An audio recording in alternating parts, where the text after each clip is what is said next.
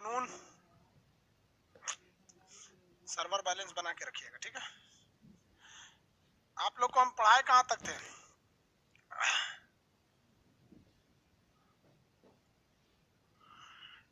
कहीं तक पढ़ाए होंगे। चाइना के बारे में बता रहे थे। चाइना की कमजोर नस क्या थी भाई? ताइवान। अब देखे हम वीडियो में बनाए थे यूट्यूब पर, मोदी जी भी बात सुन लिए चाइना के उसके ताइवान के दूतावास के लिए। अच्छी बात है, मोदी जी सब बात सुन ले तो क्या पूछना है। फिर हम भी एक बात कहेंगे, हर 6 महीना में वैकेंसी निकालिए लड़कों के लिए। धीरे धीरे सब बात सुन ले, आगे समझाते हैं। आप लोग की बाबू पीडीएफ की समस्या ना अभी भी सॉल्व नहीं हो पाई है। अब हम ऐसे कैसे बोले, सॉरी भी बोलने में भी शर्म लग रहा है। रीजन क्या है कि टेक्निकल चीज ऐसा होता है कि कब सही होगा समझ में नहीं आता है। अब ये पीडीएफ की समस्या कुछ लोग में आ रही है, कुछ लोग में नहीं आ रही है। मेन समस्या ये है, अगर सब में रहता है तो एक कॉमन समस्या होती है। आगे समझा देते हैं हम, तब तक आपको ऐसे दिमाग में तो याद ही रहेगा आप लोग को। वैसे भी तो नक्शा की चीजें दिमाग में बैठा के रखेंगे आप लोग। वियतनाम, मलेशिया सब बता दिए थे, फिलीपीन के बारे में बता दिए। सार्क में कितने देश थे बताइए फटाफट? सार्क में 8 देश थे। कौन कौन? मालदीव, श्रीलंका, भारत, पाकिस्तान, अफगानिस्तान, नेपाल, भूटान, बांग्लादेश। समझ में आया कि नहीं आ गया? और आसियान में कितने थे? 10। आसियान में थे 10 देश। तिमोर लिस्ट आसियान में आया नहीं था। तिमोर लिस्ट नहीं ना आया था। चलिए सर, हिस्ट्री का क्लास स्टार्ट कीजिए, बीपीएससी देना है। हाँ बाबू स्टार्ट कर देंगे। ज्योग्राफी आपको मंडे से स्टार्ट हो जाएगा। पामीर का पठार चाइना में है। पामीर का पठार चाइना में है बाबू। देखिए आपको पामीर के पठार के बारे में एक दिन शॉर्टकट में भी बताए थे, लेकिन जब आपको पठार पढ़ाएंगे ना एक चैप्टर, देखिए अभी आपको केवल लोकेशन देखना है। पठार अलग से पढ़ाएंगे, समुद्र अलग से पढ़ाएंगे, झील झरना कहाँ अलग से। तो अभी से सब बताएंगे तो कंफ्यूजन हो जाएंगे। ये हिमालय, ये कौन सा है? हिंदुकुश पर्वत, ये हिमालय पर्वत, ये कुल्लुन सान पर्वत, ये तीनों मिल जाते हैं ना, इसी को पामीर का पठार कहते हैं। पामीर नॉट के नाम से जानते हैं। ये क्या, क्यों इसे पामीर नॉट के नाम से जाना जाता है? पठार इसे, ये इसे दुनिया का छत कहा जाता है पामीर के पठार को, बहुत ज्यादा हाइट की वजह से। देखिए ये जो चाइना का है, ये सिंजियांग प्रांत है, इसे तिर्किस्तान के नाम से जानते हैं। ये तिब्बत वाला एरिया है, कब्जा किया हुआ है। ये मंचूरिया का एरिया है, ये मरुस्थलीय एरिया है। ये हान चाइना है, यही ज्यादा डेवलप है। चीन की राजधानी क्या है? चीन की राजधानी है बीजिंग। चीन का सबसे बड़ा शहर कौन सा है? संघाई। हांगकांग को किससे ले लिया? ये ब्रिटेन से कब्जा में ले लिया 1997 में। मकाऊ को किससे लिया? ये तो पुर्तगाल से। तो ये तो लीगली है भैया, चलो तुम्हारा था, तुमने ले लिया वहां पे, ये अलग बात है। हेनान द्वीप पर क्या है? चीन की नौसेना रहती है। यहाँ तक तो चीन के बारे में समझा दिए थे। चीन की नदियां भी समझा दिए थे, अगर आपको याद होगा तो आप बताइए। ये सबसे ऊपर वाली नदी हांगो नदी थी। कौन सी नदी? हांगो नदी। पीली नदी के नाम से जानते हैं हांगो नदी को। चीन का शोक किसे कहते हैं? हांगो नदी को। सौरो ऑफ चीन। जब भी किसी का सौरो या हांगो का शोक कहेगा तो इतना समझिएगा कि वो नदी बहुत ज्यादा मात्रा में बाढ़ लाती है, फ्लड की वजह से। बिहार का शोक कोसी नदी कहते हैं कि नहीं कहते हैं? अब उसी तरह यहाँ पे यांगटी सिकियांग नदी एशिया की सबसे लंबी नदी है, चाइना की भी सबसे लंबी नदी है। यहाँ पर आपकी मेकांग नदी है, ये यहाँ से चली गई, इधर जाएगी ब्रह्मपुत्र, सिंधु, सतलज, ऐसे निकल जाती है। तो ये पानी के लिए भी बहुत बड़ा भंडार है चाइना। चाइना के बाद अब देखिए चाइना में और भी क्या चीज है जो क्वेश्चन पूछेगा। चाइना में दो मरुस्थल है। एक ये वाला मरुस्थल यानी रेगिस्तान है, जिसका नाम है गोबी का मरुस्थल। तो गोबी के मरुस्थल में ठंड ज्यादा पड़ता है, क्योंकि ये धीरे धीरे पृथ्वी के कर्क रेखा से दूर जा रहा है। और यहाँ पर एक मरुस्थल है जिसका नाम है तकला मकान। क्या नाम है? तकला मकान। तकला मकान मरुस्थल कहाँ है? चाइना में है। ये एरिया है सिंजियांग में है तकला मकान। और हांग के ऊपर में ये वाले में क्या है? आपका गोबी मरुस्थल। तो ये गोबी का मरुस्थल। चीन में ये हान चाइना के लोग मंडारिन भाषा बोलते हैं। इसका मुख्य जनसंख्या यही रहता है, चाइना के इसी एरिया में रहता है। कुछ भी खा जाते हैं ऐसे चाइना वाले लोग। सर मटेरियल कहाँ से मिले? जहाँ आपको मिल रहा है वहां से ले सकते हैं भाई। पीडीएफ का हार्ड कॉपी निकालें सर, उसमें क्या क्या भरना है बता दीजिए। बता देंगे बाबू, अभी पहले समझा दे थोड़ा। एक और का एशिया खत्म कर देंगे ना यहाँ पे। देखिए इतना एशिया खत्म कर देंगे तो फिर आपको पीडीएफ खोल के एक दिन पूरा भरवा देंगे पीडीएफ में। आप देखिए यहाँ दिमाग में नक्शा आ रहा है कि नहीं आ रहा है आपको? अगर हम अभी बोलेंगे श्रीलंका तो आप क्या मंचूरिया जाएंगे? नहीं जाएंगे। ये वाला एरिया क्या है? मंचूरिया है यहाँ पे। अब ये देश देखिए, एक मंगोलिया है। ये जो मंगोलिया है, आप नक्शा खोल के देखिए, क्या मंगोलिया की सीमा कजाकिस्तान से लगती है? अपने अपने नक्शा में बताएंगे लोग, क्या मंगोलिया की सीमा कजाकिस्तान से लगती है या नहीं? एटलस खोल के देखिए, अपने अपने अपने बताइए यस या नो। मंगोलिया क्या कजाकिस्तान से टच करता है? टच करता है तो यस, नहीं करता है तो नो। टच करता है तो यस, नहीं करता है तो नो। यस नो में आंसर देंगे। एटलस खोल के देखिए, नो।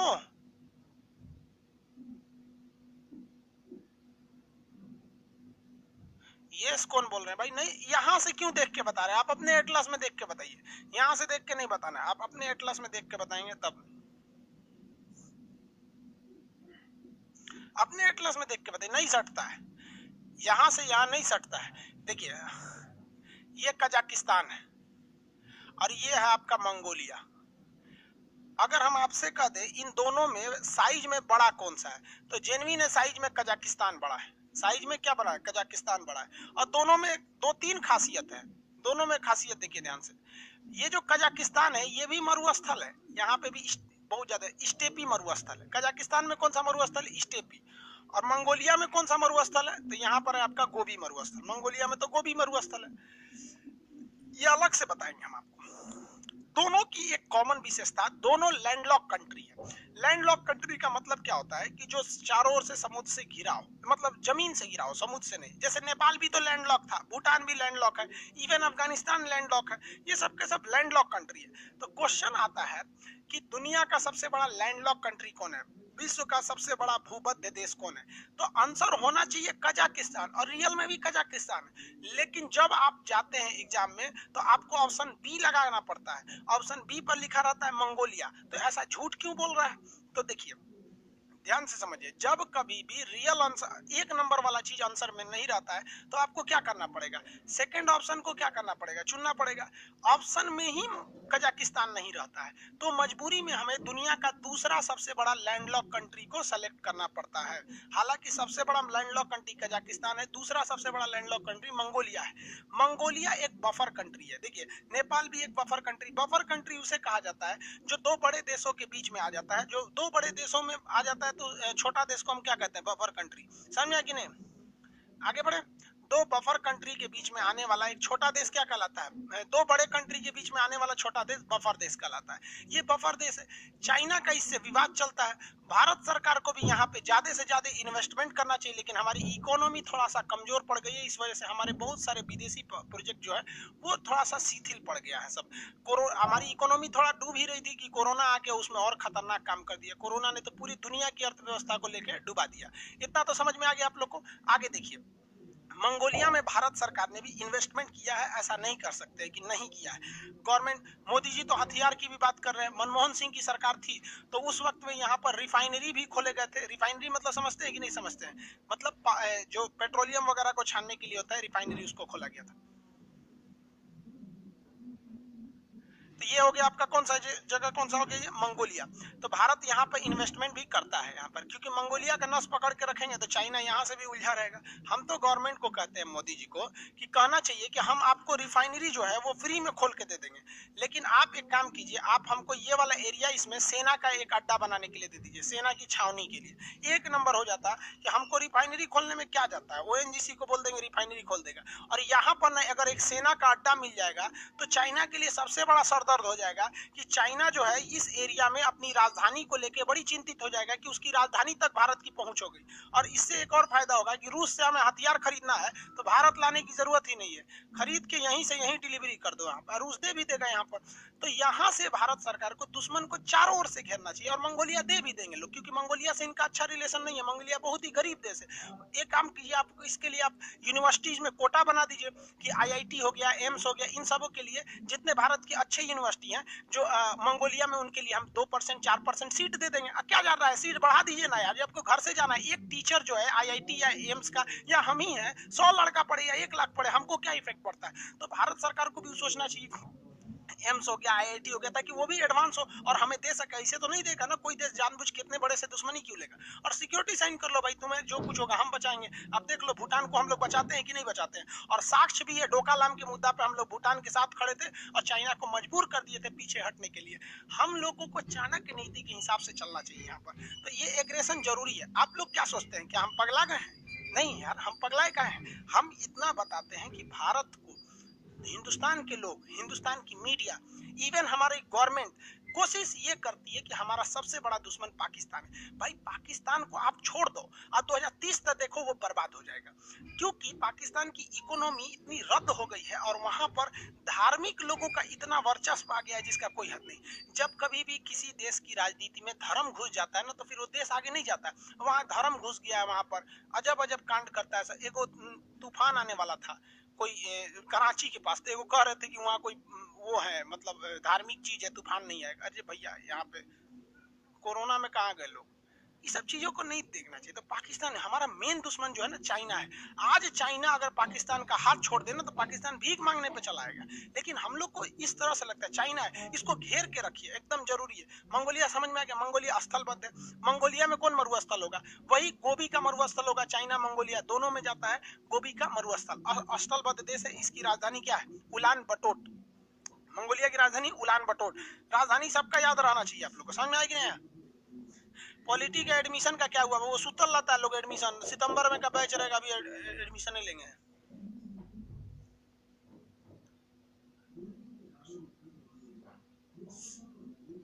सेना के आने से रूस से रिश्ते खराब होंगे? कभी नहीं खराब होंगे भाई।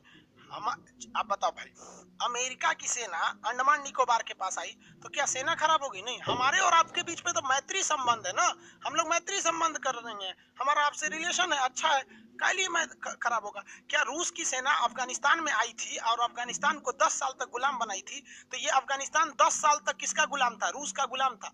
अमेरिका भारत से कहते रह गया कि आप हमारी जहाजों को डिगो गार्सिया से एंट्री देने दीजिए, कहां पर हम हमला करेंगे, कहां पर? पाकिस्तान, अफगानिस्तान में। आपके यहाँ से पेट्रोल भरेंगे। भारत नहीं भरने दिया। पाकिस्तान क्या किया? अफगानिस्तान में उतारा और कहा कि भाई अमेरिका से कि आप हमारे यहाँ उतर जाइए कराची और यहाँ से पेट्रोल भरिए, अफगानिस्तान हमला कीजिए वहां पर। और ये साला पाकिस्तान दुनिया में कैसे कहता है कि हम मुसलमानों के मसीहा हैं? साले तुमने अब अमेरिका से, उससे अच्छा तो मसीहा भारत है कि हम अपनी सरजमीन का प्रयोग नहीं होने दिए अपने अफगानिस्तान पर, वहां पर। हाँ, ये बात अलग है कि वहाँ आतंकवादी जाते हैं, सब आतंकवादियों का खत्म करना। भाई आतंकवाद गलत है, चाहे किसी भी देश में है वो गलत है। यहाँ पे ये नहीं होना चाहिए। कोई व्यक्ति आतंकवाद का समर्थन नहीं करता है, ये एकदम सरासर गलत है। लेकिन भारत की जो नीति रही है वो एकदम स्वच्छ नीति रही है। तो ये समझ में आ गया आप लोग को? तो रूस से इससे रिलेशन गड़बड़ नहीं होंगे, बल्कि और ये टेंशन में ये सारा चौपट हो जाएगा। और रूस, अब भारत, रूस कुछ भी हो जाएगा, भारत के खिलाफ नहीं जा सकता है। समझ में आ गया कि नहीं आ गया? किसी को दिक्कत?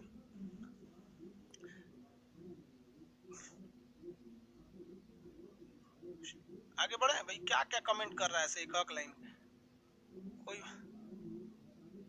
अरे बैकूफ कहीं का। यहाँ पे कोई बोलता है, कोई बताएगा ज्योग्राफी का एडमिशन कैसे होगा? चोट्टा कहीं का बोले हैं कल एडमिशन होगा, आज ही इसका पगला गया है। ब्लॉक कर देते हैं, रुक इसको जा। कोई बताएगा एडमिशन कैसे होगा? पूछते रहो, तू ब्लॉक हो गया है।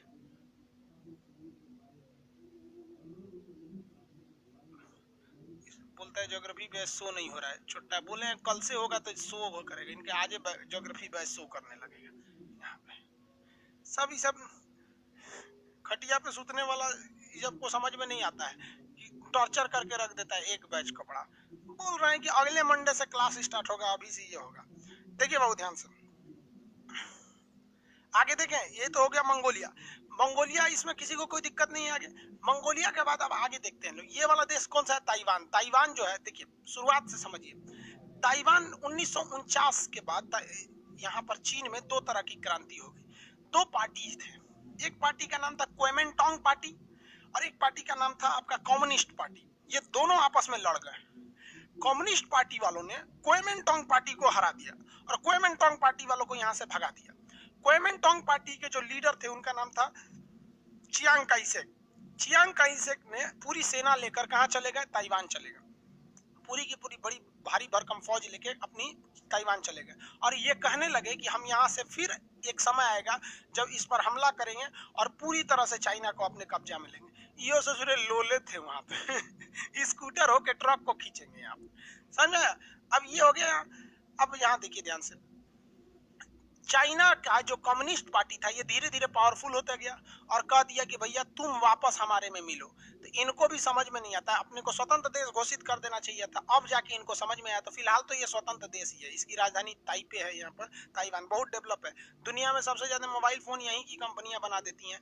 पाट पुर्जा यहाँ पर, भारत जितने सामान चाइना से लेता है ना, उतना ही सामान सेम रेट पे ताइवान दे सकता है। लेकिन हम लोग चाइना के दबाव में आके ताइवान से व्यापार नहीं करते थे। अभी धीरे धीरे सरकार समझी है यहाँ पर। तो ताइवान हो गया। ताइवान के बारे में एक अलग से पूरा डिटेल, और थाईलैंड और ताइवान और थाईलैंड का एक डिटेल वीडियो यूट्यूब पर भी है, आप वहां भी सर्च कर सकते हैं, about Taiwan by Khan sir, बता देगा वहां पर पूरा डिटेल से, आधा घंटा का वीडियो है। तो ये ताइवान हो गया, यहाँ पर समझ में आ गया कि नहीं आ गया। एक्चुअली यूट्यूब पे क्या होता है कि करंट इशू भी जो रहते हैं आदमी उसको भी जोड़ जोड़ के उस पर बता देता है। तो ये हो गया आपका ताइवान। ताइवान जो है वो एक स्वतंत्र देश है, चीन कहता है कि मेरा हिस्सा है, और चीन एक पॉलिसी को फॉलो करता है, वन चाइना पॉलिसी। तो लोगों को लगता है वन चाइना पॉलिसी का मतलब होता है कि चीन में एक ही बच्चे हो सकते हैं, गलत है। वन चाइना पॉलिसी का मतलब होता है कि ये चाइना, इसे कहते हैं पीपुल्स रिपब्लिक ऑफ चाइना, और इस ताइवान को कहते हैं रिपब्लिक ऑफ चाइना। यानी पीपुल्स रिपब्लिक ऑफ चाइना और रिपब्लिक ऑफ चाइना दोनों एक ही है, इसको कहा जाता है वन चाइना पॉलिसी। तो भारत भी वन चाइना पॉलिसी पे साइन किए हुए है, जबकि भारत को इस पॉलिसी पर पुनर्विचार करना चाहिए, और कोई पुनर्विचार की जरूरत नहीं है। चुपचाप मोदी जी को संसद में एक संशोधन प्रस्तुत करना चाहिए कि भारत का जिस जिस देशों के साथ सीमा विवाद है, हम उनसे जितने भी किए गए संधि है उसे पुनर्विचार करेंगे। काम खत्म, पूरा काम खत्म हो गया। यहाँ पर समझ में आएगी नहीं आगे? आगे बढ़े। मैप का पीडीएफ इंग्लिश में मिलेगा? नहीं मिलेगा भाई। दीपक कुमार जी एनटीपीसी का डेट बढ़ा दीजिए। बढ़ा देंगे। मिशन 1 के 0 सर, आपका वीडियो मेरे अंकल भी देखते हैं, कल लिए देखते हैं भाई। चलिए देखिए, अब आगे बढ़े। धीरे धीरे आपको एशिया समझ में आ रहा है कि नहीं आ रहा है? एशिया समझ में, घमासान देखिए सब सबसे जुड़ा हुआ है सब। हम लोग को भाई देखिए, हम जितने पावरफुल रहेंगे ना, हमें हमला नहीं करना है, लेकिन कम से कम बचे तो रहेंगे। हमारे हिसाब से यहाँ पर ले लेंगे अगर जिस दिन हम अड्डा ना, चीन पगला जाएगा, क्योंकि यहाँ से 1 घंटा लगेगा बीजिंग पहुंचने में। आओ साले, तो नहीं तुम थोड़ा बताते हैं हम यहाँ पे। और वहाँ रास्ता एकदम सीधा है, कोई दिक्कत नहीं, मरुस्थल है, मिसाइल मारो यहाँ से वहां जाएगा, ब्रह्मोस मिसाइल सीधे उड़ा दो यहाँ पे। आगे देखिए, यहाँ एक देश है जिसका नाम है कोरिया। ये देश है कोरिया। कोरिया एक अकेला देश था। कोरिया क्या था? एक अकेला देश था। लेकिन शीत युद्ध में कोरिया में 2 विचारधारा फैल गई। एक रूस के साथ रहना चाहता था, एक अमेरिका के साथ रहना चाहता था, जिस वजह से कोरिया का विभाजन हो गया। कोरिया का क्या हो गया? विभाजन हो गया। कोरिया का जब विभाजन हुआ इसमें, तो ये कोरिया 2 भागों में बट गया। कोरिया कितने भागों में बट गया? 2 भाग में। नीचे वाला हो गया साउथ कोरिया और ऊपर वाला हो गया नॉर्थ कोरिया। साउथ कोरिया और नॉर्थ कोरिया 2 तरह के क्या हो गए? सब कोरिया हो गए सब। नॉर्थ कोरिया और साउथ कोरिया। नॉर्थ कोरिया जो है आज भी रूस और चीन के साथ है। नॉर्थ कोरिया किसके साथ है? चीन के साथ है। और साउथ कोरिया जो है वो अमेरिका के साथ है, यूएसए के साथ है। नॉर्थ कोरिया में है किंग जोंग पगला, वो कब क्या बोलता है कोई ठीक नहीं। एक बार परमाणु परीक्षण करने जा रहा था, तो अमेरिका ने कहा तुम परमाणु परीक्षण नहीं करोगे, तुम पे प्रतिबंध लगा देंगे। सोच रहा 3 गो परमाणु बम फोड़ दिया, कहा कि हम तो 1 गो फोड़ने वाले थे, अमेरिका मना किया था ना फोड़ने के लिए, इसलिए 3 गो फोड़ दिए। अरे भाई साहब, ऐसा खतरनाक है यहाँ पर। उसके नीचे वाला है साउथ कोरिया। साउथ कोरिया बहुत डेवलप है, इसे यहीं की है Samsung company. Samsung company actually में वो एक रियल इस्टेट की कंपनी है। बड़ी बड़ी बिल्डिंगें, सड़क, हाईवे, पुल, ब्रिज कंस्ट्रक्शन करती है। दुनिया की सबसे ऊंची इमारत बुर्ज खलीफा सैमसंग ने बनाया है। सैमसंग ने जितना चीजों का उसका बिजनेस, उसका केवल 2% बिजनेस सैमसंग मोबाइल फोन से आता है। तो आप लोग को लगता है कि सैमसंग मोबाइल फोन है, भाई प्राइवेट बैंक दुनिया में बहुत बड़ी है सैमसंग बैंक, वहां पे इसके केवल 2% है मोबाइल। तो मोबाइल जो है ना, हाथी के उसी दांत की तरह है, जो दिखते सबको है लेकिन उससे वो खाना नहीं खाता है। तो सैमसंग का जो मोबाइल का बिजनेस है, ये दिखता सबको है लेकिन उससे उसको प्रॉफिट वगैरह उतना ध्यान नहीं देता है सैमसंग। बहुत बड़ी कंपनी है, साउथ कोरिया की। साउथ कोरिया डेवलप है। साउथ कोरिया अमेरिका के साथ है, लेकिन साउथ कोरिया अमीर है, परमाणु बम नहीं है। उसके पास गरीब है और परमाणु बम है। उत्तरी कोरिया के तानाशाही का तो एक से एक नतीजा देखते होंगे, उसके बारे में तो पूछिए मत, तानाशाही इतना खतरनाक है। तो कोरिया जो था वो कितने देशों में था? एक ही देश था। उत्तरी कोरिया, दक्षिणी कोरिया अलग अलग नहीं थे, लेकिन शीत युद्ध में एक अमेरिका के फेवर में गया, एक रूस और चाइना के फेवर में आया, जिसलिए 2 भाग में बट गया। उत्तरी कोरिया की राजधानी प्योंगयांग है। प्योंगयांग में अमीर लोग ही बच सकते हैं, गरीब लोग को वहां रहने का अलाउ नहीं है। इतना खतरनाक वहां का नियम है उत्तरी कोरिया का। दक्षिणी कोरिया की राजधानी सियोल है, बहुत ही डेवलप एरिया है सियोल। वहां पर लड़ाई झगड़ा जो नहीं करेगा वो डेवलप रहेगा। अब वो उत्तरी कोरिया जब न तब हम धमकी देता है कि हम परमाणु बम मार देंगे, और उससे कोई उलझता नहीं है। जानते हैं क्यों? क्या कहता है पगला? देखिए, उत्तरी कोरिया कहता है कि हम अमेरिका अब यूरोप को नहीं जानते हैं। यह है नीचे वाला दक्षिणी कोरिया, ये है जापान।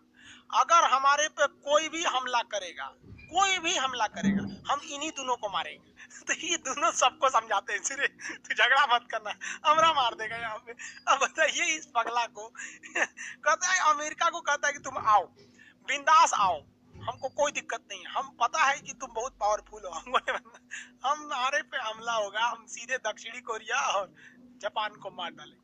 हद ये है कि अगर कोई दक्षिणी कोरिया का मूवी या कोई गाना उत्तरी कोरिया का आदमी सुन लेगा तो उसको गोली मार दिया जाता है। तो गाना का सुन रहा था दक्षिणी कोरिया करे, ये खतरनाक नियम है उत्तरी कोरिया का। अमेरिका ने सोचा कि वहां के लोगों को बगावत करा देंगे, जिस तरह सऊदी अरब में बगावत करा देगा, इराक में करा दिया कि हमारे यहाँ लोकतंत्र रहेगा, चुनाव नहीं होगा। तो अमेरिका ने कहा कि उत्तरी कोरिया में लोकतंत्र अच्छी व्यवस्था रहती है। तो उत्तरी कोरिया वाला कहा कि अच्छा, मतलब तो नया सा रणनीति लगा रहा है, कह रहा है कि अगले महीने चुनाव होगा रे, चुनाव में 100% वोट पाया, सीधे बोल दिया, तो जहां से हमको वोट कम रहेगा पूरा गाँव कटवा देंगे। पगला तुझे यार 100% वोट पाया, वहां पे अमेरिका चुपे हो गए, कहा कि लो हम तानाशाह थोड़े हैं, तुमको ट्रम्प को कितना वोटे मिला होगा, हमको देखो 100% वोट मिला, पूरा ईवीएम हैक। उत्तरी कोरिया का कहना नहीं, पागल है पूरा उत्तरी कोरिया। कोरियाई प्रायद्वीप पर 2 देश, उत्तरी कोरिया और दक्षिणी कोरिया। अशोक कुमार जी, पीडीएफ में प्रॉब्लम है, ठीक है भाई, पॉलिटी की पीडीएफ में एक पीडीएफ में प्रॉब्लम होगा, इकोनॉमिक्स का क्लास चालू हो जाएगा, लोल बता नहीं देंगे तुमको, जब चालू होगा बता देंगे बाबू।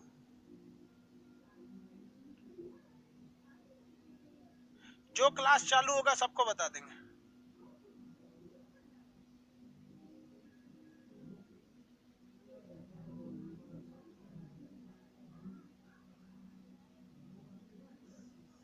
किसी को कोई दिक्कत नहीं है? देखिए ध्यान से, ये वाला देश कौन, ये वाला कौन सा है भाई? मंगोलिया है। ये कौन सा है? मंगोलिया है। किसी को कोई दिक्कत नहीं है ये मंगोलिया में? चीन में देखिए, ये वाला चीन, ये वाला कौन सा है? हाँ, ये सिंजियांग है। चीन का ये वाला राज्य सिंजियांग है। ये वाला राज्य तिब्बत है। ये वाला हान चाइना है, ये हान चाइना। ये वाला कौन सा आपका? मंचूरिया है। और इसको चीन के लोग इनर मंगोलिया कहते हैं। ये उत्तरी कोरिया दक्षिणी कोरिया, नक्शा में बस याद रखेंगे, उत्तरी कोरिया दक्षिणी कोरिया दोनों मिला देंगे तो एक पेनिनसुला बनते हैं, प्रायद्वीप, यानी 3 ओर से समुद्र से घिरे हैं। कोरियाई प्रायद्वीप पर 2 देश हैं सब, उत्तरी कोरिया और दक्षिणी कोरिया। सबसे इस साइड में आपको मिलेगा जापान। इस साइड में कौन सा जगह मिलेगा? जापान। ये है आपका जापान, सबसे एकदम पूरब में होगा। और आपको पता है कि सूरज कहां से निकलता है? पूरब डायरेक्शन से निकलता है। तो सूर्य की किरणें सबसे पहले किस देश पे पड़ती हैं? ऐसे जनरली जापान पर पड़ती हैं। इसलिए जापान को हम लोग उगते सूरज का देश कहते हैं, एकदम पूरब में आता है। उगते सूरज का देश कहते हैं, एकदम किधर आता है? पूरब में आता है। जापान बहुत ही डेवलप कंट्री है। यहाँ पर टेक्नोलॉजी का तो पूछिए मत, इतना टेक्नोलॉजी है कि आप कल्पना नहीं कर सकते जापान में। जापान में आप यहाँ देखिए, 3900 आइलैंड है सर। कितने आइलैंड है सर? 3900 आइलैंड है सर, छोटे छोटे द्वीप है सर।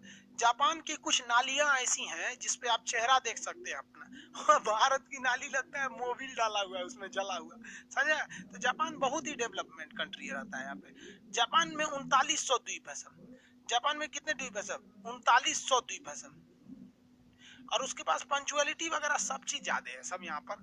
आगे देखिए, वो एक आदमी कह रहे हैं कि सर 38 डिग्री समानांतर रेखा क्या होता है? अभी आप नक्शा पढ़िए, अभी सब कुछ नहीं पढ़ सकते।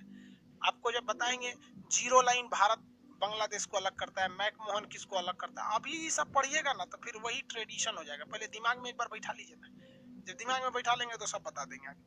3900 द्वीप में सबसे बड़ा द्वीप है होन्शु द्वीप। कौन सा द्वीप है? होन्शु द्वीप है। 3900 द्वीप में सबसे बड़ा द्वीप का नाम क्या है? होन्शु द्वीप है। होन्शु द्वीप जो है वो किस लिए फेमस है? तो पेट्रोलियम के लिए फेमस है। किसके लिए? पेट्रोलियम के लिए फेमस है। जापान का सबसे बड़ा आइलैंड कौन सा है? Honshu island. होन्शु आइलैंड का सबसे किस लिए फेमस है? तो पेट्रोलियम में पूछा हुआ है। जापान की राजधानी टोक्यो किस पर है? होन्शु आइलैंड पर है। जापान की राजधानी क्या है? टोक्यो। किस पर है? होन्शु आइलैंड पर। जापान का सबसे सुंदर शहर किसे कहा जाता है? क्वेटो को कहा जाता है। किसे? क्वेटो को। किस पर है? होन्शु आइलैंड पर है, क्वेटो को। क्वेटो। जापान का नागोया शहर है, नागोया। नागोया, नागोया किस लिए है? नोगोर्ना नहीं कर रहे, नोगोर्ना काराबाग से यहाँ पर है, अजरबैजान आर्मेनिया का। नागोया ये मोटर वाहन के लिए है। ओसाका, यहाँ का ओसाका, जापान का ओसाका। कितने लोग बता सकते हैं ओसाका किस लिए फेमस है? जापान का ओसाका किस लिए फेमस है? जापान का ओसाका बताइए, आंसर दीजिए, किस लिए फेमस है?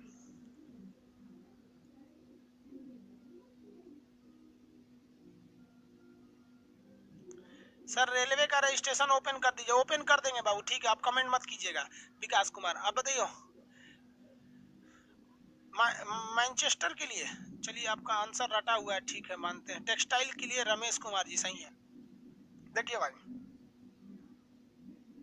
ध्यान से समझिए, लंदन में, इंग्लैंड में एक जगह है जिस जगह का नाम है मैनचेस्टर। इंग्लैंड का जगह मैनचेस्टर में सबसे ज्यादा कपड़ा उद्योग होता है। वहां पे दिन पूरा मैनचेस्टर में कपड़े का कारखाने हैं, जहां देखिए कपड़ा का कारखाना होता है। कपड़ा उद्योग को टेक्सटाइल कहते हैं इंग्लिश में। कपड़ा का कारखाना वहां बहुत ज्यादा है। इसीलिए दुनिया का और कोई भी जगह जहां पर ज्यादा मात्रा में कपड़ा उद्योग होता है उसे उस जगह का मैनचेस्टर कहा जाता है। उस जगह का क्या कहा जाता है? मैनचेस्टर कहा जाता है। किसी को कोई दिक्कत नहीं है। यानी मैनचेस्टर ओरिजिनली अगर कहीं है तो वो इंग्लैंड में है, लेकिन और कोई जगह जो मैनचेस्टर जैसे कपड़ा उद्योग ज्यादा मात्रा में होते हैं उसे उस जगह का हम क्या कहते हैं? मैनचेस्टर कहते हैं। जैसे आपको मानते हैं गंगा नदी को बात करते हैं, तो गंगा नदी क्यों फेमस है? पानी के लिए फेमस है ना भाई। गंगा से तो ज्यादा पानी ब्रह्मपुत्र में रहता है, उससे ज्यादा अमेज़न में है, नील नदी में। गंगा मुख्य रूप से अपनी पवित्रता के लिए जानी जाती है, उसके साथ धार्मिक आस्था लगी है। गंगा के साथ गंगा जी न लगाओ तो लगता है जैसे कोई अधूरा नाम है कि नहीं? गंगा किस लिए प्रसिद्ध है भाई? तो गंगा जी पवित्रता के लिए प्रसिद्ध है। इसी तरह से इटली में एक नदी है जिसका नाम है पो नदी। पो तो कहा जाता है इटली की गंगा, तो इटली में भी उसे पवित्र माना जाता है, इसलिए उसे इटली की गंगा कहते हैं। किसी को कोई दिक्कत है? तो मैनचेस्टर ओरिजिनली इंग्लैंड में है, वो कपड़ा उद्योग यानी टेक्सटाइल के लिए प्रसिद्ध था, इसलिए दुनिया का और कोई जगह जहां कपड़ा उद्योग ज्यादा होता है उसे उस जगह का मैनचेस्टर कहते हैं। ओरिजिनल मैनचेस्टर नहीं, उस जगह का मैनचेस्टर। तो जापान में सबसे ज्यादा कपड़े की कारखाने जो है कहीं, वो कहां पर है? ओसाका में है, इसलिए जापान का मैनचेस्टर किसे कहेंगे? ओसाका को कहेंगे। चाइना में सबसे ज्यादा अगर कहीं पे, कहा गया मार्कर, चाइना में अगर कहीं सबसे ज्यादा कपड़ा उद्योग है तो वो है आपका संघाई में। तो चीन का मैनचेस्टर किसे कहेंगे? संघाई को। जापान का मैनचेस्टर ओसाका को। भारत का मैनचेस्टर अहमदाबाद को। भारत का मैनचेस्टर अहमदाबाद को कहा जाता है। समझ आए कि नहीं? अब इसमें दो क्वेश्चन फंस जाएंगे। पूरी एशिया में कहां पे सबसे ज्यादा कपड़ा उद्योग है? तो चाइना के लोग के पास सबसे ज्यादा कपड़ा उद्योग है, तो पूरी एशिया का मैनचेस्टर संघाई को कहते हैं, और चाइना का भी मैनचेस्टर संघाई को कहते हैं। समझ में आएगी नहीं? जापान का मैनचेस्टर ओसाका को कहते हैं। लेकिन क्वेश्चन एक बार पूछा था एसएससी ने कि पूरब का मैनचेस्टर किसे कहा जाता है? मतलब वैसा कपड़ा उद्योग वाला शहर जो सबसे पूरब में स्थित है। तो पूरब का मैनचेस्टर आप ओसाका को कहेंगे, मतलब संघाई को कहेंगे या ओसाका को? बोलिए। पूरब का मैनचेस्टर आंसर देंगे। पूरब का मैनचेस्टर आंसर दीजिए।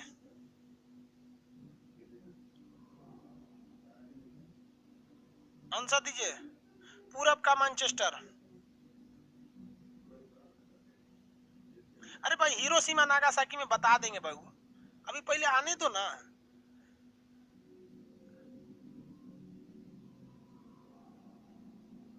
ओसाका, वेरी गुड भैया। एशिया का मैनचेस्टर हम किसको कहेंगे? संघाई को कहेंगे। एशिया का मैनचेस्टर संघाई, एशिया का मैनचेस्टर संघाई। लेकिन पूरब का मैनचेस्टर ओसाका। पूरब का मैनचेस्टर ओसाका। नागोया किस लिए? मोटर वाहन के लिए। क्वेटो संस्कृति की राजधानी है। जैसे भारत में संस्कृति के लिए प्रसिद्ध जगह कौन सा है? बनारस। बनारस बहुत प्रसिद्ध जगह है संस्कृति के लिए, वहां पे काशी विश्वनाथ। आगे बढ़े। टोक्यो क्या है? राजधानी है। टोक्यो राजधानी है। जापान के बारे में अभी इतना तो समझे ना। कितने लोग बता सकते हैं जापान का सबसे बड़ा द्वीप? जापान का सबसे बड़ा द्वीप फटाफट बोलिए। जापान का सबसे बड़ा द्वीप आंसर दीजिए। ओसाका नहीं भाई, जापान का सबसे बड़ा द्वीप होन्शु। Very good. जापान का सबसे बड़ा द्वीप होन्शु।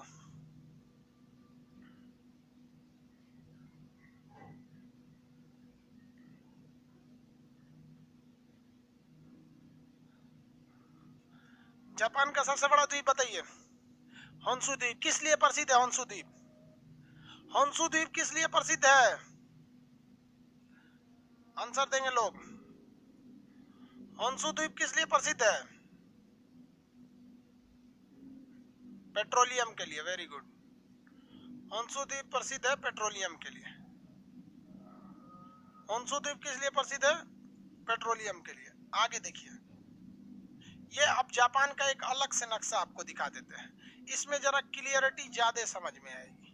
देखिए, ये जापान है, ये बड़ा वाला जो आइलैंड है ना, ये बड़े वाले आइलैंड का नाम क्या है? Honshu island. कौन सा है? होन्शु द्वीप। ये सबसे बड़ा आइलैंड है। इसके बाद आपका दूसरा सबसे बड़ा है होकाइडो। कौन सा नाम है इसका? होकाइडो। ध्यान से देखिएगा, ये ऊपर वाला होकाइडो है और ये नीचे वाला होन्शु है। जापान की राजधानी टोक्यो होन्शु पर है। जापान का शहर सुजुकी, जहाँ पे सुजुकी गाड़ी बनती है, वो भी यहीं पे है। जापान की का शहर कावासाकी, जिसकी मोटरसाइकिल आती है, वो भी यहीं पर है। जापान में ये ऊपर द्वीप है जिसका नाम है होकाइडो। क्या नाम है? होकाइडो। आप अपने जापान के नक्शा में देखिए, सबसे ऊपर वाला आइलैंड होकाइडो होगा। एटलस खोलिए और जापान का सबसे ऊपरी आइलैंड देखिए, होकाइडो। जापान का सबसे ऊपरी देखिए, होकाइडो। नागासाकी दिखा देंगे बबुआ। मैनचेस्टर के लिए नहीं, द्वीप जो है वो पेट्रोलियम के लिए प्रसिद्ध है। मैनचेस्टर के लिए ओसाका है। बकलोलवा को पूछें किस लिए प्रसिद्ध है, तो पेट्रोल टंकी का फोटो लगा के भेज रहा है। अभिजीत राजपुरोहित, सर मैं 11th में हूँ, यूपीएससी की तैयारी कर रहा हूँ। आप 11th में हो बाबू, आप ये सपना छोड़ दो कि हम किस चीज की तैयारी कर रहे हैं। आप बस ये देखो, हमें नॉलेज चाहिए, हमें नॉलेज में कोई नहीं हराना चाहिए। आप ये सपना मत देखो कि हमें यूपीएससी करना है या ये करना है, फिर आपके लिए दिक्कत हो जाएगा। यूपीएससी करना है तो दिमाग में ये बैठा के रखो कि हमें नॉलेज बहुत ज्यादा चाहिए। जापान को देखो तो एक सरसरी नजर से देखो। जापान का सबसे ऊपर होकाइडो, सबसे ऊपर होकाइडो, नीचे में होन्शु। क्या होकाइडो और होन्शु आपस में जुड़े हुए हैं? नहीं जुड़े हुए हैं। होकाइडो और होन्शु के बीच में समुंदर है, उस समुंदर है। होकाइडो और होन्शु के बीच में क्या है? समुंदर है। कितने लोग बता सकते हैं उस समुंदर के पतले रास्ता का नाम क्या है? आप अपने एटलस में देख के बताइएगा, उस पतले रास्ता का नाम क्या है? उस जल संधि का नाम क्या है? जल संधि मतलब होता है समुद्र के बीच का पतला रास्ता, जल संधि। आंसर दीजिए, उस जल संधि का नाम बताइए जो होन्शु और होकाइडो को अलग करती है। होकाइडो आइलैंड और होन्शु को अलग करने वाली पतली रास्ता, जल संधि का नाम बताइए जल्दी, नक्शा में देख के।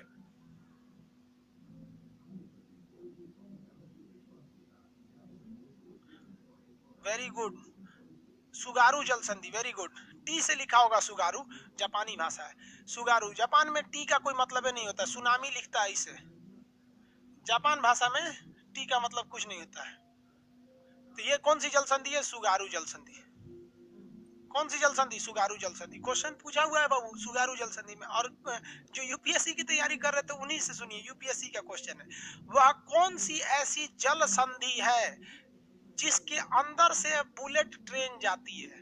भाई से अभी समुंदरवा के अंदरवा से बुलेट ट्रेन लेके चल जाता है, यानी बुलेट ट्रेन ले गया ना यहाँ से, तो समुंदरवा के अंदर से लेके बुलेट ट्रेन चल गया। सोचिए, ऊपर से ब्रिज बना के नहीं, समुंदरवा के अंदर से बुलेट ट्रेन लेके चला गया जापान। कौन सी जल संधि से? सुगारू जल संधि से। जल संधि का नाम बोलिए, सुगारू जल संधि।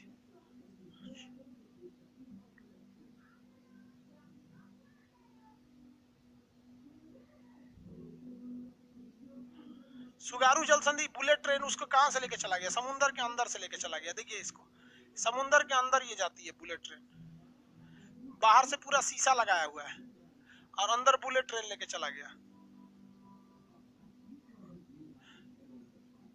इतना भयानक है। देखिए, ऐसे समुद्र है ना, एक शीशे का इस तरह से दीवार लगा दिया है, ये दीवार ऐसे शीशे का है, ये दिख रहा होगा आपको। ये इसके अंदर देखिए, ये बुलेट ट्रेन लेके चला गया। समुद्र, मछली देखती होंगी सब, किसी जो कौन चीज जा रहा है इतना खतरनाक।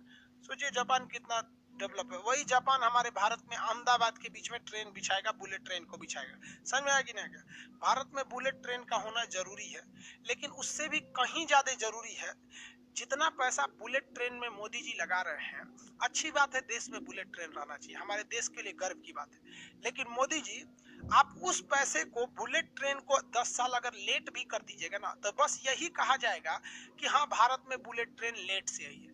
लेकिन देश को जरूरत क्या है कि जो ट्रेनें आपकी चल रही है ना इंडियन रेलवे की, आप मेहरबानी करके उन्हें टाइम से कर दीजिए।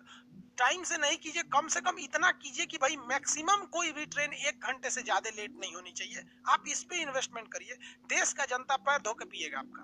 क्योंकि कोई प्रधानमंत्री, चाहे नेहरू से लेके आप इवन नरेंद्र मोदी आपसे भी कहते हैं, कोई ने ये नहीं सोचा कि एक आदमी, एक बच्चे का, हम आपको बताते हैं इंडियन रेलवे की हकीकत, आप बताएंगे। देखिए, अगर किसी लड़के का शाम में कोई एग्जाम है, शाम को 4 बजे एग्जाम है, शाम को 4 बजे दिल्ली में, सपोज कीजिए शाम 4 बजे उसके बैंकिंग का एग्जाम है दिल्ली में, और वो पटना से ट्रेन पकड़ता है या गुजरात से ट्रेन पकड़ता है, मध्य प्रदेश से कहीं से ट्रेन पकड़ता है, और वो ट्रेन कहती है कि हम आपको सुबह 8 बजे एएम में हम दिल्ली छोड़ देंगे, सुबह 8 बजे दिल्ली छोड़ देंगे। यकीन मानिए कोई लड़का इस ट्रेन को नहीं पकड़ेगा, क्योंकि उसको पता है कि साला 8 बजे बोल रहा है सुबह में, ये रात में 8 बजे भी पहुंचा देगा, कंफर्म नहीं है। सोचो यार, हम लोग अपने ट्रेन पे भरोसा नहीं करते, एक दिन पहले जाते हैं लोग, और कोई नहीं जाएगा, और चले जाओगे तो एग्जाम छोड़वा देगा ये ट्रेन आपको। दिल्ली से पहले गाजियाबाद में 6 घंटा रोक देता है, ये हाल हो गया।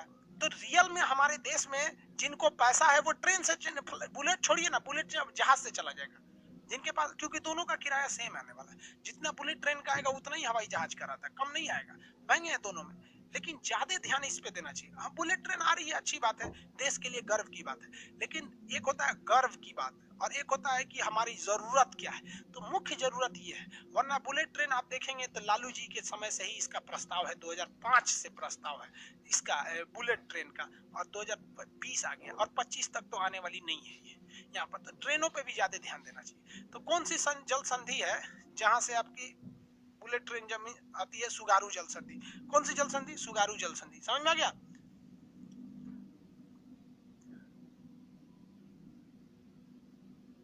मेरे एटलस में शशिकांत कुमार कर सर, मेरे एटलसवा में सुगारू जल संधि देवे नहीं किया है। अरे भाई खोजी, उसमें दिया होगा।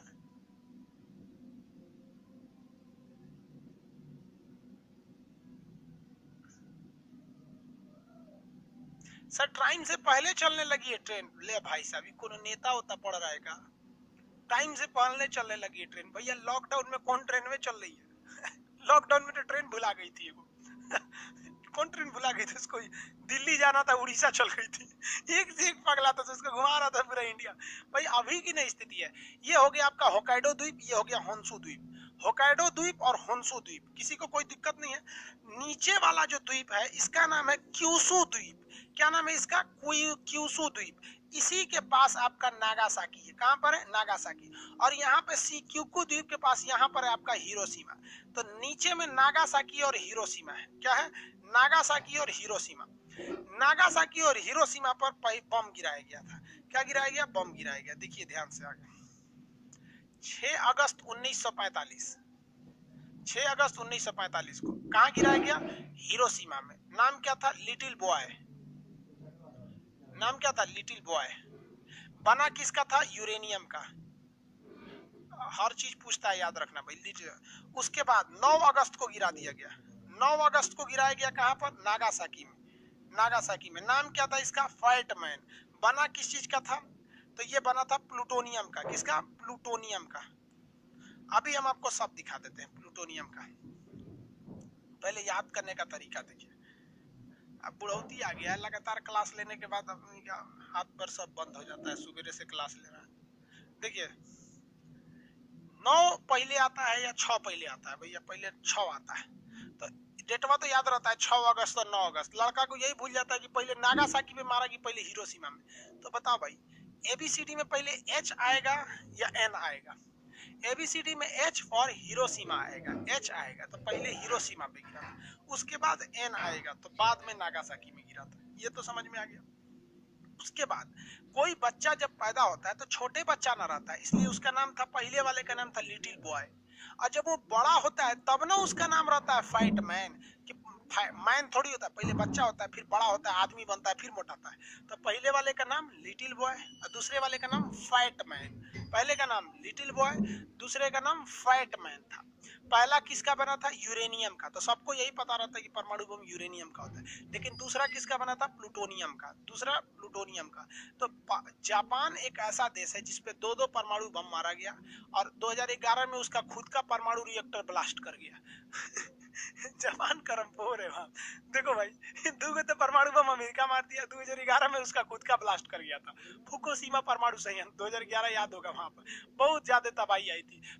जापान ने कसम खा लिया था कि हम 2050 के बाद कोई भी न्यूक्लियर रिएक्टर से बिजली नहीं बनाएंगे। कहा कि सोचो बार बार हमारे यहाँ फट जाता है। सबसे ज्यादा सुनामी कहाँ आ जाती है? सब जापान में आ जाती है। भूकंप वगैरह जापान में चले आते हैं यहाँ पर। जापान समझ में आ गया कि नहीं आ गया? किसी को कोई दिक्कत नहीं है जापान में?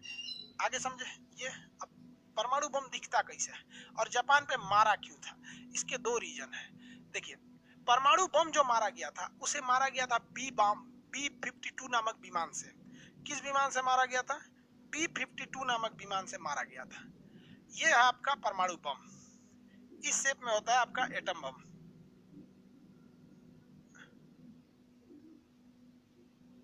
ये है।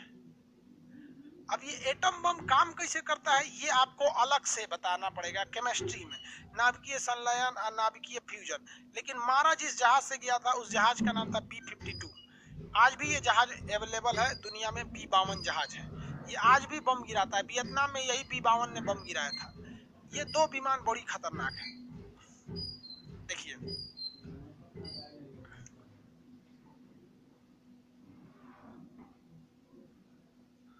ये है आपका परमाणु बम, दिख रहा है? और ये है वो जहाज जिसमें लाद के लाया गया था। जिस जहाज में लाया गया था उस जहाज का नाम था B-52। ये 8 इंजन का जहाज था। 2 इंजन यहाँ, 2 4, 2 6, 2 8, 2 इंजन, 8 इंजन का जहाज था। और ये था आपका एटम बम, परमाणु बम। समझ में आ गया कि नहीं आ गया? किसी को दिक्कत?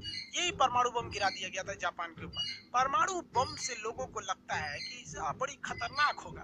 भैया एक बात बताते हैं आपको, पहली बात एकदम दिमाग में समझा, परमाणु बम खतरनाक नहीं होता है। परमाणु बम एक तरह का हाईली रेडिएटेड पोल्यूशन है। परमाणु बम बम नहीं है भाई, ये एक तरह का प्रदूषण है। समझे? कोरोना क्या है? बम है? नहीं, ये प्रदूषण है। हमसे आप में फैल रहा, आपसे उसमें फैल रहा, जान ले रहा है। ऐसे ही परमाणु बम होता है। परमाणु बम का रेडिएशन कोरोना से भी छोटे होते हैं और इसका असर हजारों साल तक रहता है और ये हवाओं में फैल जाता है। जो इसको सूंघता है ना, उसका रेडिएशन हो जाता है 2 से 3 दिन के अंदर उसका फेफड़ा, किडनी, गुर्दा सब सड़ जाता है, मर जाता है। तो परमाणु बम मान के चलिए कि दिल्ली में अगर फट गया तो हरियाणा के लोग 3-4 दिन बाद मरना चालू हो जाएंगे परमाणु बम से। तो परमाणु बम दिमाग में, हम लोग छोटे थे तो हम लोग को लगता होगा इसे बम फटेगा, तबाही मचेगा, इससे आग निकलेगा। ये भाई जहां गिरता है वहां आग निकलता है, ये नो डाउट इसमें है। लेकिन बाकी लोग मरते हैं तो पोल्यूशन की वजह से। परमाणु बम जो है वो एक तरह का प्रदूषण है, दिमाग में बैठा लेना। Atom bomb is nothing more but it is very harmful radiative pollution. समझ में आ गया कि नहीं आ गया? इसका असर बहुत ज्यादा पड़ता है। तो कोई भी प्रदूषण उसे कम करने का तो उपाय है। तो इसे कम करने के लिए बोरिक एसिड का छिड़काव किया जाता है। किसका छिड़काव किया जाता है? Boric acid. लेकिन याद रहना चाहिए, जो आदमी पहनने जाता है पूरी तरह से पीपीई किट होना चाहिए उसके पास। पीपीई किट, डॉक्टर वाला पीपीई किट नहीं, वो एटम बम वाला अलग ही होता है पीपीई किट। बोरिक एसिड, कौन सी एसिड? Boric acid. अगर बोरिक एसिड नहीं है ना तो प्याज जो होता है ना, परमाणु बम के रेडिएशन को सोख लेता है। तो अगर परमाणु बम कहीं मार दिया आपको, सपोज के लिए मान लीजिए सुनाया कि परमाणु बम चल गया है यहाँ पे, तो क्या करना चाहिए? कमरे से नहीं निकलना चाहिए 1 हफ्ता तक। रजाई गद्दा जितना है उसको ओढ़ के चुपचाप 1 हफ्ता वैसे ही रहिए। पानी उनी नहीं है, निकलिए ससुरा। पानी उनी है तो कहीं इन्ने उन्ने से 1 बोतल रख लीजिए। 1 हफ्ता तक वहीं रहिए। प्याज व्याज है ना तो पूछ काछ के अगल बगल में रख लीजिए वहां पर, क्योंकि वो हवा में फैल चुका, आपको दिखेगा नहीं। आप सूंघेंगे तो नॉर्मल रहेंगे, 1 हफ्ता बाद पूरा गल जाएगा, गलने लगेगा फेफड़ा उफड़ा। यहाँ पर परमाणु बम से प्रदूषित एक आदमी का दिया था नहीं, फेफड़ा इधर छेद हो गया था पीठिया में। यहाँ वो एक तरह का प्रदूषण है, समझ में आया? इसलिए लोगों की जान जाती है। अमेरिका ने मार दिया यहाँ पे। काहे मारा? तो सोच रहा जापानो खचरा था। जापान का खचरा था। तो देखिए, जापान ने जाके परमाणु बम मार दिया। सॉरी, जापान गया ना तो अमेरिका के ऊपर बम हमला गिरा कर दिया। आप कहेंगे कि सर अमेरिका यहाँ है, जापान यहाँ है, इसे इससे जाके काहे हमला किया और ये ऐसे जाके काहे हमला किया? तो भैया ऐसे हमला नहीं हुआ है। रियलिटी में ये दोनों देश बहुत करीब हैं। आप देखिए ध्यान से। कमेंट इतना करता है सब ना, समझे में नहीं आता। पढ़ने आया है कि कमेंट करने आया है? दिमाग कौन दिन खिसियाएगा तो कमेंट बंद कर देंगे। देख बउआ, पृथ्वी जो है ना वो गोल है। पृथ्वी क्या है? गोल। अभी देखिए यहाँ ध्यान से, ये जापान दिख रहा है, ये हमारा इंडिया दिख रहा है कि नहीं दिख रहा है यहाँ? अरे यहाँ इंडिया दिख रहा है, ये चाइना है, और ये देखिए ये अमेरिका है, अमेरिका है। समझ में आएगी नहीं? तो पृथ्वी को आप गोल है, इसको दो जगह से काटे हैं, तो जहां से काटेंगे वो जगह दूर हो जाएगा। तो हम लोग जनरली प्रशांत महासागर से काट देते हैं, इसलिए अमेरिका एक और आ जाता है, जापान दूसरी हो जाए, इसलिए दोनों में दोनों लगते हैं दूर है, बस दोनों बहुत करीब है। इंडिया से जापान से अमेरिका जाना है तो ऐसे जाते हैं लोग, यहाँ पर बीच में इंडिया का कोई काम ही नहीं है। देखिए ना, जापान से अमेरिका जाना है तो ऐसे चल जाइए, अमेरिका से आना तो ऐसे आइए। बीच में एक आइलैंड था जिसका नाम था हवाई द्वीप। क्या नाम है? हवाई द्वीप। इसकी राजधानी है होनोलुलु। राजधानी क्या है? होनोलुलु। हवाई द्वीप था। हवाई द्वीप पर अमेरिका ने बहुत बड़ा नौसेना का अड्डा बनाया था। जापान ने देखा कि साला इस हवाई अड्डा से हम पर हमला करेगा, इसलिए जापान ने अचानक उठा और 3 घंटे के अंदर अंदर ये हवाई द्वीप का पूरा नौसेना का अड्डा उड़ा दिया। यहाँ बाल बच्चा मुर्गा मुर्गी सबकी जान ले लिया। अमेरिका के 200 लड़ाकू जहाजों को वहीं मार के गिरा दिया। पानी वाले 80 जहाज मार के गिरा दिए। भारतीय नौसेना के पास 80 गो जहाज है। सोचिए उस समय 1945 में जब हम लोग गुलाम थे ना, 1942 में, तो ये मार के गिरा दिया वहां पे। हम लोग के पास आज भी 80 गो जहाज, लड़ाकू जहाज पानी वाली। समझ में आया कि नहीं? 200 जहाज उड़ने वाली मार के गिरा दिया। 2-3 हजार के आसपास आदमी मार के गिरा दिया। अमेरिका पूछा, रे साला छोटा हमको काहे मारा रे? तो जापान कहा कि देख भाई, तुमको मारना मजबूरी था। तो अमेरिका कहा कि क्या मजबूरी था? कहा कि तुम इतना तेजी से डेवलप कर रहा था कि हम तुमको डेवलप करते तो हम तुम्हारे बराबरी थे। तुमसे आगे निकलने का एक रास्ता हम निकाले कि हमको थोड़ी रफ्तार से चलेंगे और तुमको खींच देंगे पीछे, तो हम लोग बहुत आगे निकले। तो हम आगे निकल गए। तो अमेरिका कहा कि तुमको इसकी कीमत चुकानी पड़ेगी। जापान ने कहा कि तुम्हें कीमत चुकानी पड़ेगी, सोच समझ के हमला किए हैं, कीमत चुकानी पड़ेगी। तब तक अमेरिका के वैज्ञानिकों ने बना लिया परमाणु बम। दुनिया में किसी को परमाणु बम का पता नहीं था। जापान ने कहा क्या कर लोगे, सोचा बम में चलाओगे, तोपे गोला चलाओगे? ये सोच रहा परमाणु बम चला, खोज कर लिया। और परमाणु बम जब खोजा तो ये तो पहले से बिखियाइल था। बिखियाने का मतलब समझते हैं? Suddenly high level of angriness is known as बिखिया जाना। देहात के भाषा में बोलते हैं बिखिया गया, मतलब समझिए अचानक उसको बिख आ गया। बिखिया के अमेरिका गया ना, धाए धाए मारा परमाणु बम दुद्दू को। कहा कि अमेरिका तुम सरेंडर, जापान तुम सरेंडर कर, ना तो तीसरका टोक्यो में मारेंगे। तो जापान ने सरेंडर कर दिया, कहा कि हम ना लड़बो। जापान ने उसी समय कहा कि भाई साहब युद्ध से कोनो फायदा नहीं होता है। तो जापान ने कहा कि हम अपनी सेना ही नहीं रखेंगे, अगर कोई देश हमारी सुरक्षा की गारंटी ले तो अमेरिका का ठीक है ठीक है ठीक है, हम तुम्हारी रक्षा करेंगे, जब तक दुनिया है हम तुम्हारी रक्षा करेंगे, तुम सेना मत रखना। जानते हैं अमेरिका क्यों कहा? क्योंकि इसकी रक्षा करने के लिए यहाँ अमेरिका की सेना रखनी पड़ेगी। और उस समय चल रहा था शीत युद्ध, द्वितीय विश्व युद्ध के बाद शीत युद्ध, कोल्ड वार। कोल्ड वार में ये अमेरिका चाहता था रूस को दबा दे। अब उसको देखा कि रूस यहाँ है, चाइना यहाँ है, हमारी नौसेना यहाँ रहेगी, क्या टेंशन है, यहाँ से हम रूस को भी देख लेंगे, यहाँ से चाइना को देख लेंगे, यहाँ से एशिया को देख लेंगे। आज भी जापान की रक्षा की जिम्मेदारी किसकी है? जापान की रक्षा की जिम्मेदारी अमेरिका की। जापान के पास अपनी फौज नहीं है, समझ में आया? इसलिए जापान सेना पे उतना पैसा खर्च नहीं करता। किसी को दिक्कत नहीं? सर एटलस में हिरोशिमा पर हिरोशिमा है। अरे भाई होन्सू पर हिरोशिमा, हाँ वहीं पे है बाबू, होन्सू के नीचे है हिरोशिमा, थोड़ा देख लीजिएगा उसको। देखिए आप जापान के रहने वाले नहीं है ना, इसलिए आपसे ये नहीं पूछेगा। अब आप बताइए कोई अमेरिका के लड़का से ये पूछेगा कि पटना बिहार में है कि मध्य प्रदेश में? अमेरिका के लड़का को पटना क्या मतलब बनता है, समझे? तो बाहर के लोग के लिए उतना नहीं है। आगे समझिए, जापान जो था, जब अमेरिका ने इस पर परमाणु बम मारा तो जापान का एक द्वीप था जिसका नाम था क्यूरियल द्वीप समूह।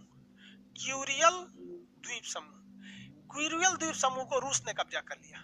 किसने कब्जा कर लिया? रूस ने कब्जा कर लिया था क्यूरियल द्वीप समूह को। तो कहेगा कि जापान के ऊपर में स्थित द्वीप समूह किसने कब्जा कर लिया? जापान का। क्यूरियल का किसने कब्जा कर लिया? रूस ने कब्जा कर लिया। समझ में आ गया कि नहीं आ गया? लेकिन ये पहले ही कब्जा कर लिया था। हालांकि ये क्यूरियल द्वीप समूह जो है ना, वो जापान का था भी नहीं, ये रूस का ही था।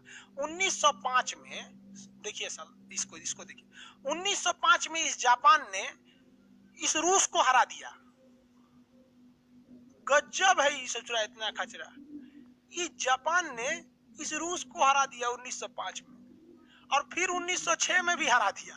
अरे बाप रे, इतना खतरनाक था जापान, इसका कोई टेक्नोलॉजी का तुलना नहीं कर सकते, बहुत डेवलप। परमाणु बम नहीं रहता ना, तो अमेरिका की जगह पे आज पूरी दुनिया में दो लोग होते हैं, एक हिटलर का जर्मनी और हिरोहितो का जापान। ये दो इतने आगे जा रहे थे जिसका कोई हद नहीं। लेकिन याद रखिएगा, अत्यधिक अहंकार रावण को नहीं छोड़ा। तू लोग कौन डेगची का मसाला है। रावण शनि भगवान को कांख में रख लिया था, सूरज भगवान आए थे छुड़ाने के लिए, तो कहा कि ते बकलो शनि के दबलो यहाँ भाग यहाँ से, समझ आया कि नहीं आ गया। इतना खतरनाक था रावण वहां। अहंकार नहीं करना चाहिए आपको। जापान ये रूस ने रूस को हरा दिया था, लेकिन जब परमाणु बम पटका गया तो रूस देखा कि अब फायदा है, इसलिए इसका कौन सा द्वीप ले लिया, क्यूरियल द्वीप समूह को ले लिया। कौन से द्वीप को ले लिया, क्यूरियल द्वीप समूह को। तो क्वेश्चन पूछेगा, रूस और जापान के बीच में कौन सा द्वीप विवादित है, क्यूरियल। आप देखिए जापान का सबसे ऊपरी आइलैंड का नाम होगा क्यूरियल, अपने नक्शा में देखिए क्यूरियल आइलैंड।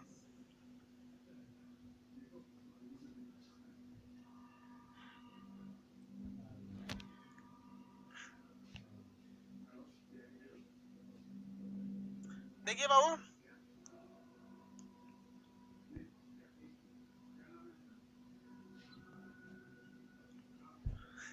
एक लड़का कह रहा है सर आप ताइवान वाला वीडियो बनाए थे, मोदी जी बात मान लिए। आधार कार्ड वाला एक बार यूट्यूब पे वीडियो बनाए थे कि हमारे यहाँ आधार कार्ड 1 महीना लग जाते हैं, मोदी जी मान लिए कि 100 रुपया दीजिए आधार कार्ड तुरंत सुधार कर लीजिए। हम बोले थे भारत को एवॉक्स विमान की जरूरत है, मोदी जी तुरंत फाल्कन खरीद लिए। कह रहा सर कोको द्वीप पे बना दिए। अभी उस पर गवर्नमेंट एक्शन नहीं लेगी, क्योंकि हम भी बात किए वहाँ थिंक टैंक पर, वहाँ पर, तो अभी उतना एक्शन नहीं लेगा। हालांकि हम वीडियो बना देंगे, आप बोलिएगा हम कोको द्वीप वाला बना देंगे। डन डन, आज ही बना देंगे, ठीक है। और कोई दिक्कत यहाँ तो समझ में आ गया।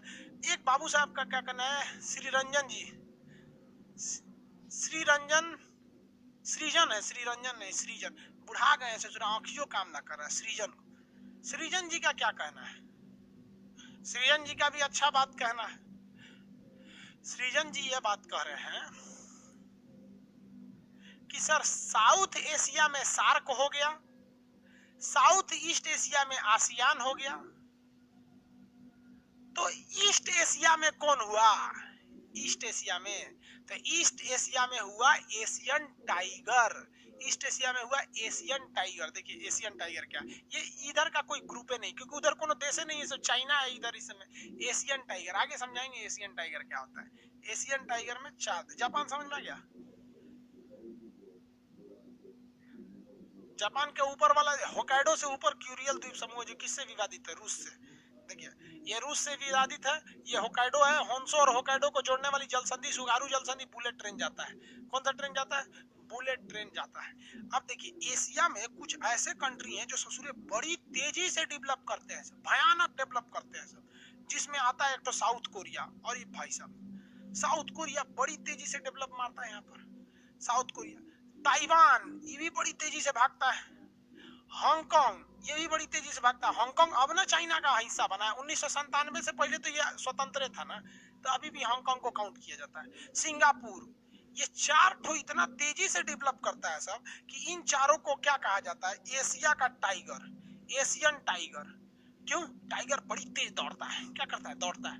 आपको पता है हर मामले में शेर से अच्छा टाइगर होता है, इसलिए भारत का राष्ट्रीय पशु शेर नहीं है, टाइगर है।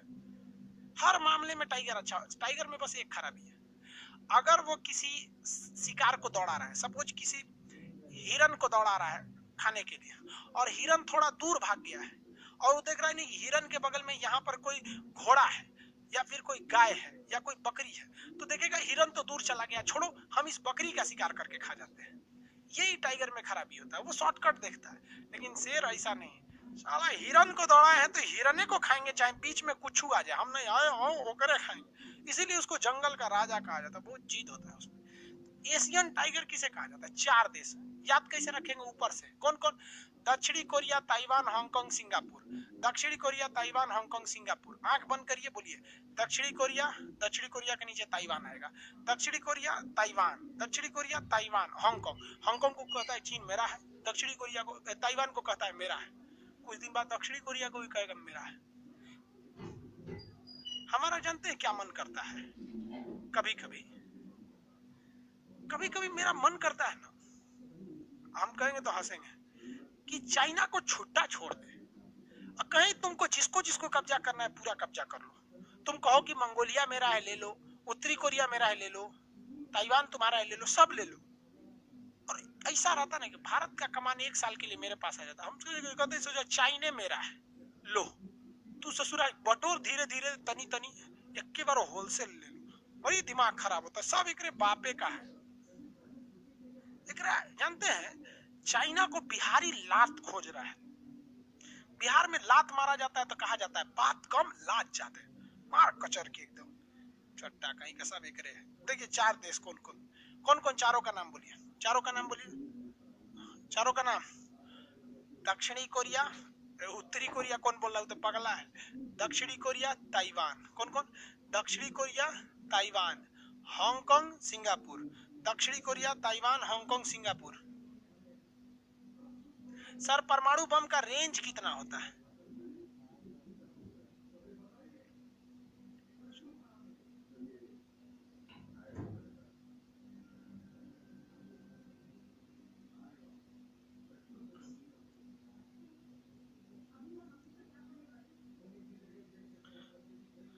चारों का नाम बता दिए। दक्षिणी Korea, Taiwan, Hong Kong, Singapore. Very good, हो गया। ये कर रहे भाई साहब परमाणु बम का रेंज कितना है? तो देखो भैया ये डिपेंड करता है कि उसकी साइज और वेट कितना है। ये रेंज पे डिपेंड नहीं करता, ये प्रदूषण है। अब जैसे मान लीजिए कि हम सपोज यहाँ पर कहाँ पे बताएं आपको, इंडिया का नक्शा खोल देते हैं। देखिए, अरे भाई इंडिया का खोलेंगे तो फिर अपने देश में परमाणु बम मारेगा आदमी।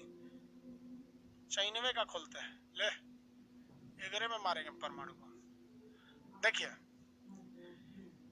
चीन का ये शहर है वुहान, जहां से निकला था कोरोना। चीन का शहर वुहान, जहां से क्या निकला, कोरोना।